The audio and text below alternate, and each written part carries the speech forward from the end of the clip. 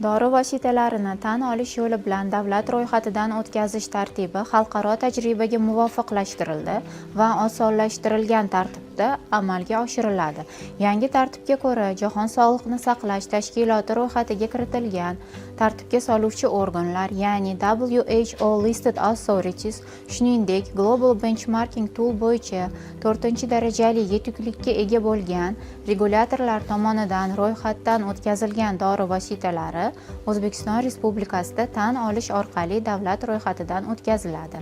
Bu o'zgarishlar natijasida tan olinadigan davlatlar doirasi sezilarli darajada kengaydi.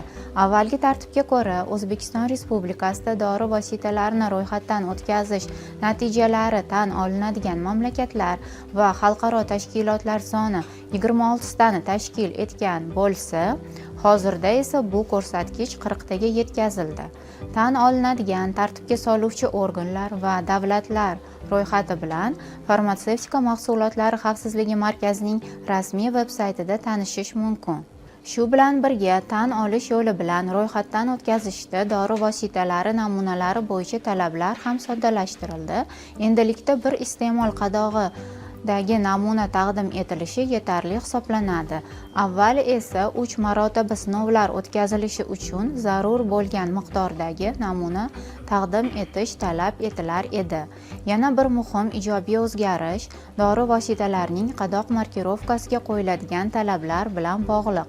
Avvalgi tartibga ko'ra, faqat referent davlatda ro'yxatdan o'tkazilgan markirovkaga ruxsat berilgan bo'lib, bu shifokorlar va aholi uchun ma'lumotlarni anglashda qiyinchiliklar tug'dirar edi. Yangi tartibga muvofiq markirovka o'zbek tilida, shuningdek boshqa tillarda yoki boshqa xorijiy davlatlar uchun mo'ljallangan shaklda bo'lishi mumkin. Bu esa dori vositalari haqidagi ma'lumotlarning tushunarli va ochiq bo'lishini ta'minlaydi. Natijada aholi yuqori samarali dori vositalari bilan qisqa muddatlarda ta'minlanadi. Shuningdek, dori vositalarining tanqisligi yuzaga kelinishi oldi olinadi.